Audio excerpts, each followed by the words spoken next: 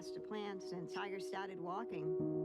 He asked me to ask his dad if he could play some other sports, but Mr. Woods said he had to concentrate.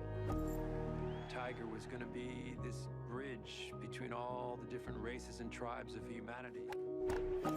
He is probably one of the most recognizable faces on the planet, but I don't think the public really knew much about him at all, beyond what was presented to us by Nike. And so, the process of making a documentary is really listening to the people that were there in person and really knew him well. How are you handling all the adulation? I honestly don't feel comfortable with it.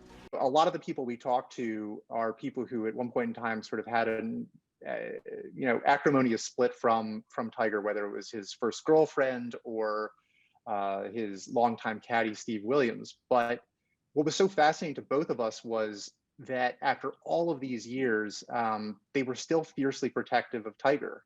For us, one of the challenges was convincing all these people that we were going to make a complex, nuanced portrait of this guy.